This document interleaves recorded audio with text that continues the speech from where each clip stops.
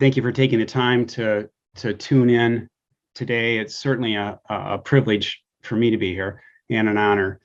Um, I'd like to highly recommend that you keep whatever slide we happen to be discussing as the predominant slide in full view version on your screen instead of minimizing it, because there's just so many bits and pieces of information tucked away on some of these slides, and we have a bit to cover. So let's begin, shall we?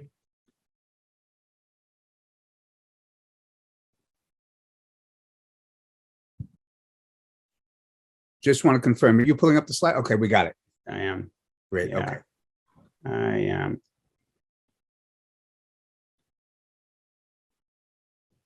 Good.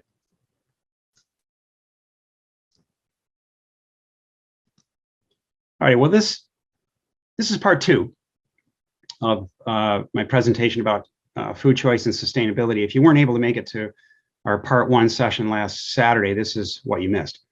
However, you'll be able to access a recording of my presentations, both part 1 and part 2, and all the wonderful presentations of this event through the superb website that Stephen Shore and his team have created and made available to you. So please take advantage of it and move the message along. And this is what we'll be covering today. I have a number of unique insights, new information, facts, and figures that are being revealed for the first time today.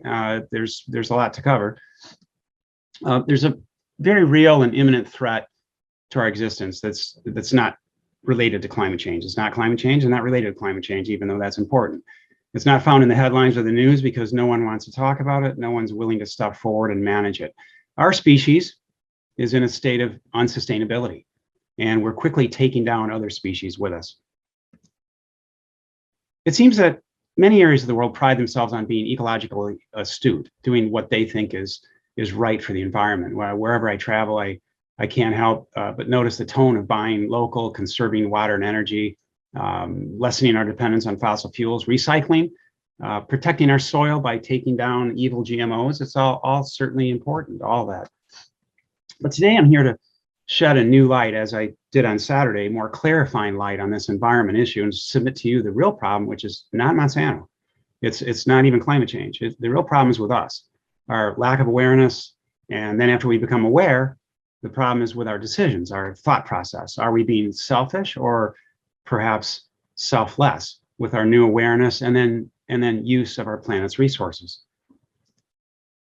Knowing and doing. Let's begin by reminding ourselves that we're in overshoot mode, demanding more of our planet than what it can supply. Today in the United States, it would require over 5 full Earths to sustain what we're currently taking from and doing to our planet.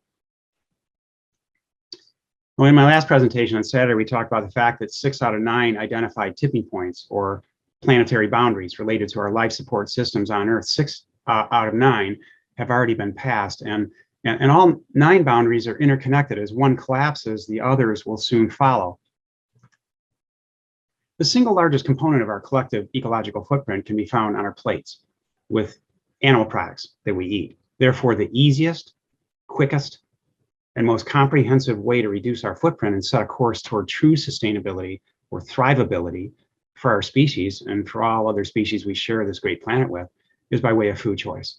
It requires only one change, and it can be accomplished today. It's true, we now know that the single sector most responsible for nearly all aspects of our unsustainability combined, or what I call global depletion, which is basically the planetary boundaries, is that the most single sector responsible is animal agriculture, the meat, dairy, and fishing industries. But they don't want you to know this. And as we move away from processed foods, away from high fructose corn syrup, away from factory farms, we must remember that it isn't a sugar issue so much, and it's not really a factory farm issue that we need to be most concerned about. It's a raising animals to eat issue. Let's take a look at just a few of the timelines that we're faced with once more. We've already talked about many of these tipping points in my last presentation on Saturday, including lack of fresh water, loss of topsoil, climate change, loss of biodiversity, rapid rate of extinctions, and tropical rainforest destruction. And at the beginning of this sustainability equation is the very word itself, sustainable, which is now seen everywhere. But this word is typically misused and it's ill-defined because rarely, if ever, is food choice properly connected to sustainability efforts, especially the raising and eating of animals, despite the enormous effect. It's simply too challenging for everyone, it seems, culturally, socially. Yet, this is the reason we are in a sustainability crisis today. As a global community, we've been too slow in realizing the state of unsustainability that we're in, vastly too slow in making the connection to animal agriculture, and we've been indifferent to act. We talked about climate change quite a bit on Saturday, so let's summarize by saying or remembering that it's very real, it's urgent, and our approach to management has to be swift and it has to happen now. We also must remember, though, that climate change will have the effects of exacerbation. It takes existing events and makes matters worse. Global warming and climate change, for instance, will not be the initial cause of these categories of global depletion. We cause these things. Climate change will worsen them. The words food, meat, consumption, slaughter, and protein shouldn't be words we associate with animals. I mean, after all, we're animals. When we talk about this protein and, of course, slaughtering, we talk about these issues frequently at our rescue sanctuary in Michigan.